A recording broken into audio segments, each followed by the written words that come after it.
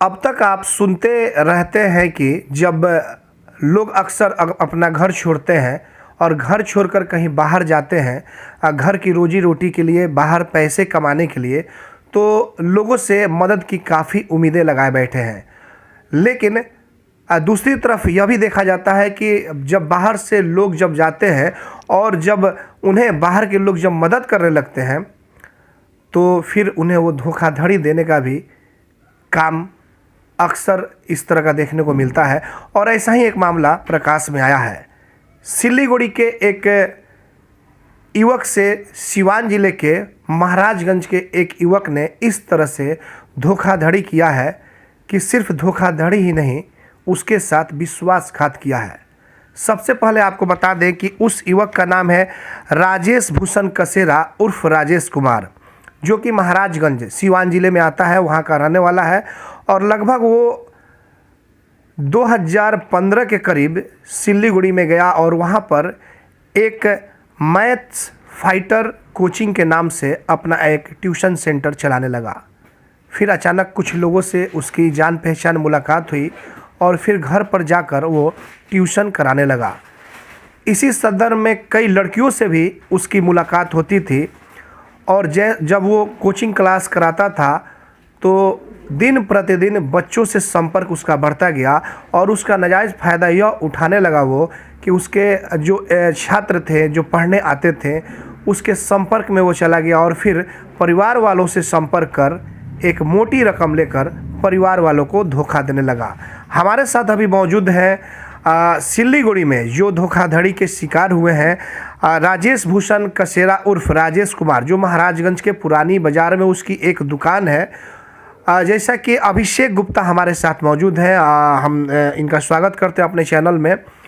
अभिषेक गुप्ता का सीधे तौर पे राजेश भूषण कसेरा उर्फ राजेश कुमार पे कई गंभीर आरोप हैं और गंभीर आरोप यह भी है कि सिलीगुड़ी से लाखों का चूना लगाकर राजेश अचानक एक दिन फरार हो गया। तो अब हम इनसे जानेंगे अभिषेक गुप्ता कि किस तरह के क्या मामला है, शॉर्ट में और अपनी आप पूरी बातों को बताएं ताकि जिला प्रशासन के जो लोग हैं सिवान के उन्हें भी पता चले कि आखिरकार यह राजेश भूषण कसेरा कितने नाम बदल करके सिलीगुड़ी में कितने लोगों को ठगी का शिकार बना दिया।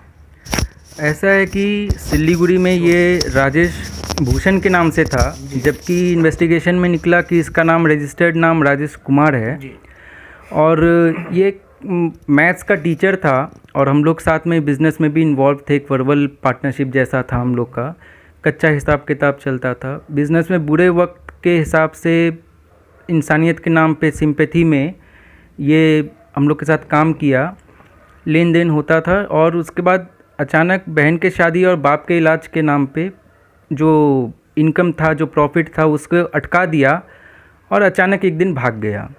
इसके बहन के शादी में हम लोग ने काफ़ी मदद किया था और बहन इसकी माने अपने बूढ़े उम्र के कारण सिंपैथी में हम लोग से ये शादी का अमाउंट लिया था कि दहेज अगर नहीं दिया जाएगा तो इसकी शादी नहीं हो पाएगी।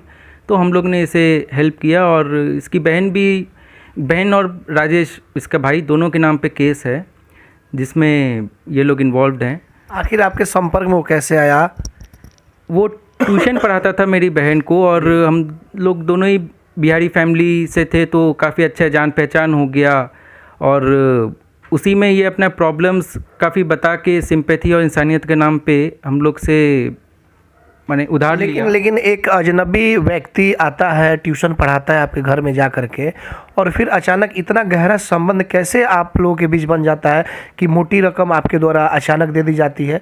ना उसके बारे में कुछ जाना जाता है, ना ही कुछ समझा जाता है। क्या ऐसा होता है क्या? देखिए, ऐसा है कि ये तो एक मैथ्स का टीचर था। हाँ, इसका काफ़ी ह्यूमन राइट्स में भी काफ़ी स्टेट को इंचार्ज अपने आप को बताता था, पूरा स्टेट का। और कोई ऐसा काम, और हम लोग इतना मोटा रकम एक साथ तो नहीं दिए, काफ़ी समय से हम लोग का 2015 से लेन देन छोटा मोटा अमाउंट का चल रहा था। अब क्या है कि अपना बुरा वक्त और सिंपैथी में ये अब अचानक कोई प्रॉफिट अटका ले और उसके बाद जो है मतलब ऐसा भाग जाए, हाँ, समाज को बदनाम करके, तो इस भरोसा में ये सिर्फ भाग गया। ऐसा नहीं है कि एक साथ इसको दिया गया और इसका कच्चा हिसाब का प्रूफ भी हम लोग के पास। कितना पैसा आपका होगा जो ले करके गया, और अचानक किस चीज़ के एवज में आपने उसे पैसा दे दिया जो कि आज आप गंभीर आरोप लगा रहे हैं? देखिए, ऐसा है कि बिजनेस में हम लोग का जो था काम धाम, किस चीज़ का बिजनेस था ये बताइए। लॉन्ड्री का काम था पंजाबी पाड़ा चौक में। अच्छा ही चलता था और कभी कभी तंगी पैसा का रिक्वायरमेंट्स बिजनेस में आ ही जाता है, अप्स एंड डाउन्स में, तो हम लोग इसको हेल्प कर देते थे। तो उसमें अब बिज़नेस है, उसके बाद फिर से बुरा वक्त आया, पैसा अटक गया, प्रॉफिट डिवाइड नहीं किया, तो वो जो मेरा निकलता था वो ले लिया। अचानक फिर बाप के इलाज के नाम पे सिंपैथी में पैसा अटका दिया। चलो ठीक है, कोई बात नहीं, बाद में देना। फिर बहन इसकी काफ़ी बूढ़ी हो रही थी, शादी नहीं हो पा रहा था, तो हम लोग के दम पे वो हुआ, चलो कमा के तो दे ही देगा, बिज़नेस से बुरा वक्त आता है आदमी का। तो अब ये सब पैसा जो मेरा रखा उसके बाद भाग गया अचानक। फिर बाद में मालूम हुआ कि काफ़ी लोग से, ये बहन के शादी में काफ़ी लोग से मदद मांग लिया था, तो सब इकट्ठे आए। एक न्यूज़ भी आउट हुआ था उस टाइम, केस भी नहीं हुआ। तो काफ़ी जद्दोजहद करके तो केस हुआ, बहुत लोगों का केस नहीं भी हो पा रहा था, बाकी का तो नहीं मालूम। सिलीगुड़ी में लगभग कितने लोगों को उसने धोखाधड़ी किया होगा और कितने रुपए लेकर के वो फरार हो गया? और जब फरार हुआ तो क्या आपको पता चला कि आखिरकार अचानक कैसे वो फरार हो गया? फरार तो अचानक वो बस बाइक अपना लिया और भाग गया, सामान और दुकान जस का तस छोड़ दिया। न्यूज़ पेपर में आउट हुआ तब इसका 20 लाख का, उसी के ज़रिए मुझे भी मालूम हुआ कि काफ़ी लोग से और भी तरह से ह्यूमन राइट्स और ये वो करके माने ठगा लोग को। किन किन लोगों को ठगने का काम किया है, कुछ आपको जानकारी है? नहीं, बिहार माने सिलीगुड़ी में करमवीर सिंह जी करके हैं, काफ़ी प्रतिष्ठित हैं वो बिहारी समाज में, वो काफ़ी हेल्प करते हैं लोगों को, उनको भी ये ठगा है। जबकि उनका कोई जीजा जी है जो महाराजगंज में ही रहते हैं, तो वो भी इसको शादी में काफ़ी हेल्प किए। बाद में मालूम हुआ कि उनको भी शादी के नाम पे ठगा, मेरे को तो ठगा ही था।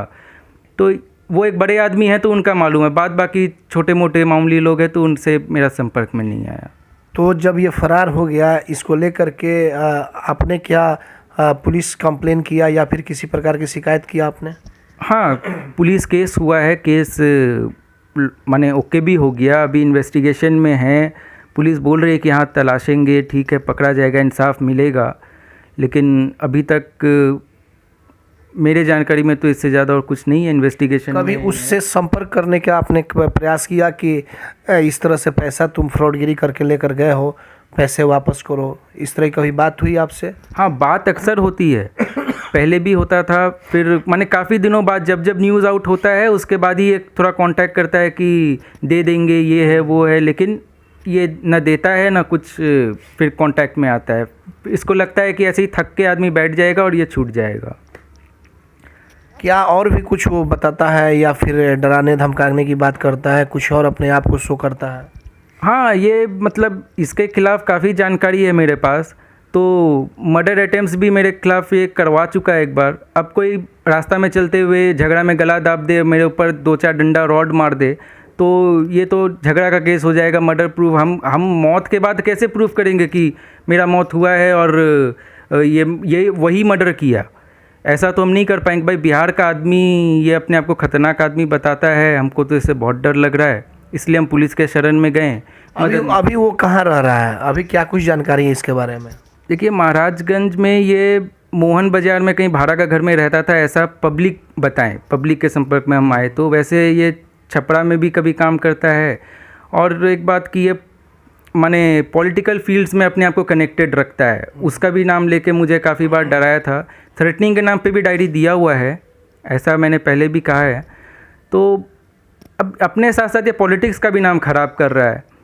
टीचर और बहन के शादी, भाई का नाम तो ख़राब किया ही, समाज में हेल्प का नाम भी ख़राब कर दिया, बिहारी का भी नाम ख़राब कर दिया सिलीगुड़ी में। भाई, जिसको भी आके मिलना है यहाँ आ जाए, हम मिला देंगे लोग से। मेरे को तो लोग बोलते हैं, भाई तुम भी बिहार से हो, तो तुम्हारे पूर्वज बिहार से आए थे? तो बोलता है हाँ। हम बोले हाँ, तो बोले तब तो भाई तुमको बाकी सामान नहीं देंगे और तुम भी एक दिन भाग जाओगे, तो फिर कौन जाएगा तुम्हारे पीछे? कभी इस मामले को लेकर के सीवान के पुलिस प्रशासन से आप संपर्क किए हैं कि इस तरह का मामला हमारे साथ, इस तरह की घटना घटी है? हाँ, आवेदन हम काफ़ी भेजे थे लेटर्स के थ्रू बाय पोस्ट, लेकिन अब आगे क्या हुआ नहीं हुआ ये तो नहीं मालूम। हाँ, एक बार रिकॉर्डिंग में है कैप्चर्ड कि ये बोल रहा था कि इसके घर पुलिस आई थी या पूछताछ हुआ था, ऐसा कुछ शायद हुआ था। तो अब आप क्या चाहते हैं सीवान के पुलिस प्रशासन से? हम चाहते हैं भाई वो भी पुलिस है, अगर वो यहाँ सिलीगुड़ी में मौजूद रहता तो पुलिस तो इसे अरेस्ट कर लेती। सिवान पुलिस भी एक पुलिस है, वो वहाँ पे मौजूद है, उसका वहाँ घर है। आप प्लीज़ वहाँ पे इसको अरेस्ट करके अगर मेरा पैसा निकल पाए या मुझे इंसाफ मिल पाए किसी भी ज़रिए से, इसे सज़ा हो या तो ये मेरा पैसा वापस करे, हम तो यही चाहते हैं। 2-4-5 रोज़ पहले की अगर बात करें तो शायद उसे कहीं से नंबर हमारा मिल चुका था और उसने संपर्क किया था। उसने कई गंभीर आरोप भी आप पे लगाए हैं, बहन की शादी काटने तक का आरोप है, यहाँ तक कि बहन के साथ कुछ अभद्र कुछ व्यवहार करने की बात है और शायद आप पे एफआईआर भी उसकी बहन ने की है। पूरा मामला क्या है, क्या जो आरोप लगाया गया है उसमें कितनी सच्चाई है, फिर क्या है ये बताइए। देखिए, इसकी बहन ने तो पहला बात तो हेल्प में मेरा दिया, हेल्प से शादी हुआ, उसके बाद मेरे ऊपर साइबर क्राइम का केस वो लोग ठोकना चाहा, तो साइबर क्राइम का तो एक्ट चढ़ा नहीं। रहा बात गाली का एक्ट का, तो अभद्र भाषा का, तो वो भी वैसा नहीं है और ये खुद भी, इसके पास कोई प्रूफ ऐसा है नहीं और शायद माने इसके दम पे मेरा कुछ बिगाड़ भी नहीं पा रही है, क्योंकि वो सब चीज़ झूठ है। सिंपल सा बात इतना ही है कि मेरा पैसा इन लोगों ने लिया था और नहीं देने के लिए उल्टा कानून से सहारा ले रहे हैं। आप सोच के देखिए, क्राइम करने के बाद कोई क्रिमिनल कानून से सहारा लेके दूसरे को फंसा दे, भाई ये तो एक नया ही चीज़ पढ़ने लिखने को मिल रहा है। तो अब आप क्या चाहते हैं? हम तो बस यही चाहते हैं कि वहाँ की प्रशासन, या तो वो भी पुलिस है, जैसे यहाँ पे अरेस्ट हो जाएगा वैसे वहाँ पे अगर माने ये है सिस्टम की अरेस्ट हो सके, मेरा पैसा या तो लौटा दे, वो प्रशासन मेरा पैसा लौटवा दे, या तो फिर इसे सजा दे। हम तो यही चाहते हैं।